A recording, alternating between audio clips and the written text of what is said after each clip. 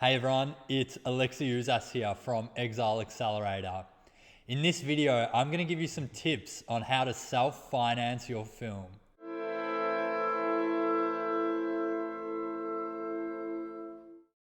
Before I start, I want to let you know that some spots have opened up for our Producing Accelerator program, which teaches filmmakers how to consistently get their films financed and into production. Right now, we've worked with a number of first-time filmmakers who have gone from making short films to making feature films in a short period of time. So if that's something that you're interested in, you want to stick around until the end of this video. And if you like this content, subscribe to this channel and hit the bell to be notified when we post a video. Okay, so let's jump into it. My first tip is to set up a stream of income that allows you the time that you need to be able to produce the film. So if you're self-financing a project, it's likely that you're not going to have a huge amount of capital. So you're going to be relying on your resourcefulness and on the amount of time that you have to be able to produce the project rather than just being able to pay for things to get them done. And so what you want to do is to set up a stream of income that does just that, that maximizes the time that you have available to spend on the project. So some good ideas for this are consulting or freelancing. So those types of income streams that allow you to dictate the time that you're spending to generate an income and also allow you to kind of leverage your time for a higher fee. So that's in contrast to a 9 to 5 where you are really stuck on someone else's schedule and you're really stuck to a certain wage. So by freelancing or consulting, you can dictate your fee and you can allow yourself the opportunity to also dictate your schedule. So I want to give you a couple of examples here. When I first started out and I made my first film, I was actually working 9 to 5 as a lawyer. So I was having to produce my film on weekends, in the evening, even during lunch breaks. And I can tell you from experience, it was a difficult thing to do. Now it is possible, right? But I did that when I was like 25. So I had a lot of energy and no one was dependent on me. So I could just work as much as I wanted. But when I went on to my second film, it became apparent that, I didn't want to go through that kind of process or that experience again. So what I did on my second film is I set up my income in a way that really maximized my time. So what I did was I freelanced and I worked as a consultant inside the industry and outside the film industry. And what that did is it kind of allowed me to just make the ideal amount of income that I needed to make for the week. And once I'd made that amount, I would simply be able to dedicate the rest of the time of the week to making the film. And what that did, it allowed me the time to be really resourceful for that film. And it allowed me an opportunity to spend the time in pre-production, getting things right and being able to spend the time required on the creative, on finding the right crew, finding the right locations.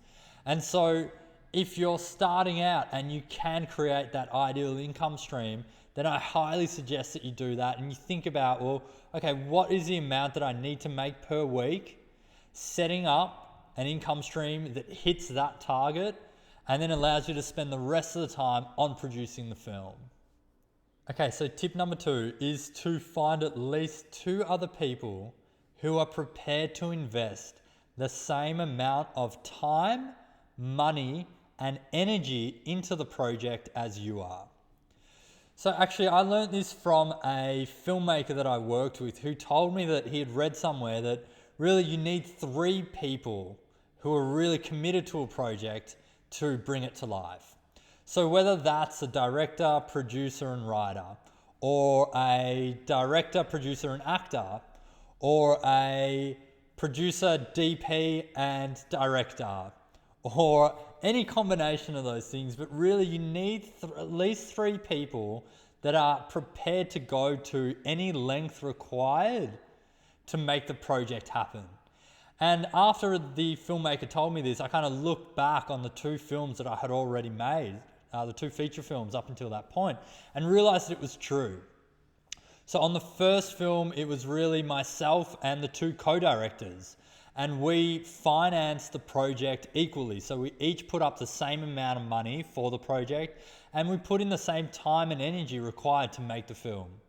And then the same was actually true on my second film, and even in that case we had 4 people. So it was myself, the director, the DP, and the lead actor, who really were prepared to put in all the time and all the energy required to make that project come to life. And so the same is true for your project. If you're going to self-finance it, you need to find at least 2 other people who are prepared to go to the same lengths that you're prepared to go to. And I mean, one simple way of looking at this is that if you're prepared to put in $10,000 into your film, whether it's a short film or a feature film, if you can find just 2 other people who are prepared to do the same, then your budget goes from $10,000 to $30,000. And there's a huge difference between those 2 budget levels. Okay, so tip number 3 is to beg, borrow, and steal. And I don't want you to get the wrong idea about what I'm saying here, because I'm not implying that you should go and break into someone's house and steal a bunch of stuff. That's not what I'm saying at all. What I'm saying is that you need to be as resourceful as possible and use all the resources that you and your team have at your disposal to help the film come to life without needing to spend capital. So some examples of this are locations. So on my second film, West of Sunshine, we shot over 30 locations in 18 days, but we didn't pay for one of those locations. Now, why is that? It's because we went to friends, families, colleagues, and we found locations that we could use for free, whether it was houses, apartments, businesses, warehouses. We allowed ourselves the time to be resourceful and meet with people and only use locations that we knew we could get for free. And if we found a location and it came with a location hire fee, we didn't use it. We just kept looking until we found something that we could use for free. And something really interesting happened by going through this process is that we found people that owned these locations who wanted to support us. And what happened was that actually 2 of the locations that we found, one was a friend, one was a complete unknown, actually ended up giving us, they ended up investing into the project. So they ended up investing cash into the project because we met with them and they found out about what we were doing and they liked the project and they could, they resonated with the message of the film and they actually offered to invest into the project without us even asking.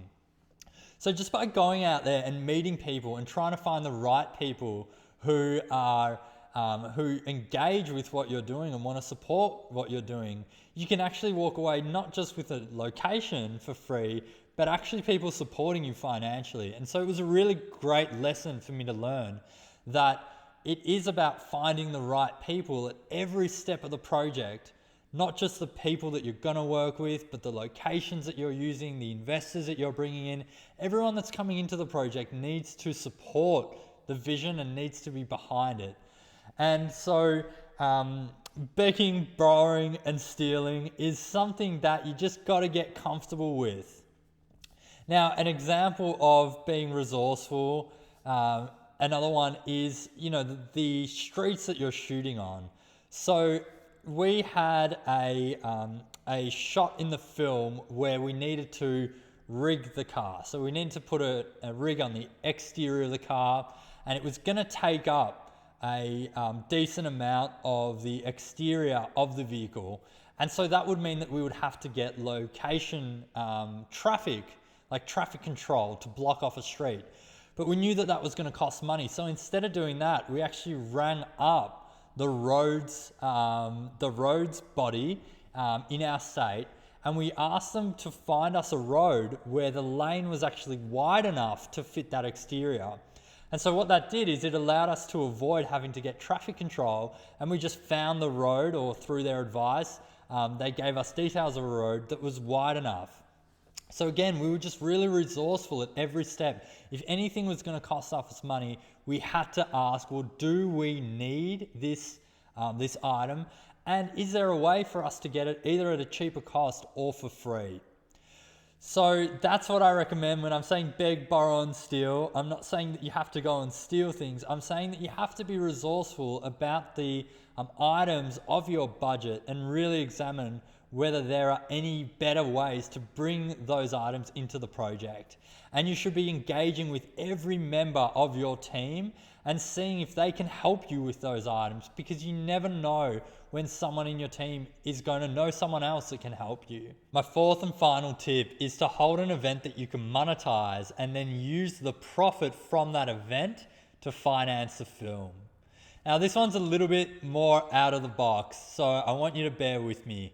When I was first starting out as a producer making short films, I teamed up with a friend of mine, actually two friends of mine.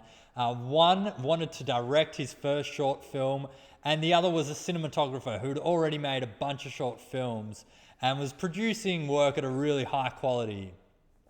And we wanted to work together, and the director had an idea for a short film, but we didn't know how we were going to finance it. And so the DP suggested that we hold an art exhibition and use the proceeds from that art exhibition to finance the film, because he had done something similar on a previous film.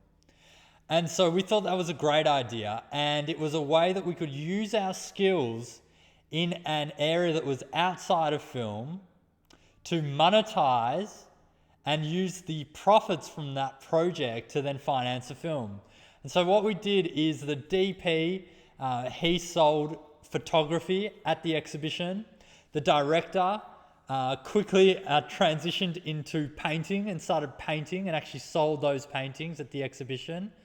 And I produced the exhibition. So I used the skills of producing, but in an unrelated field. And by doing these things, we put on an exhibition over a weekend. So we had opening night on Friday. We then got our friends in on the Sunday and held a concert. So we had 3 bands come through, and the whole time we had a bar that was operating. So we were selling the art and we were selling the alcohol, and we were able to generate revenue from this project. And we used the proceeds or the profit from that event to actually finance a film. And obviously this was a short film, so it wasn't a huge budget. But it's a really great example of using the team that you have and the skills that you have in that team in an area that's unrelated to film, and then monetizing those skills or the work that you're able to create, and then using the proceeds or the profit to then actually finance a film. So that's another example of how you can self-finance your project. And whether it's an art exhibition or some other sort of creative project or event that you can hold, I hope that this gets you thinking about different ways that you and your team can leverage your skills and monetize those skills in your work to then finance a film. Okay, so that's it for this video.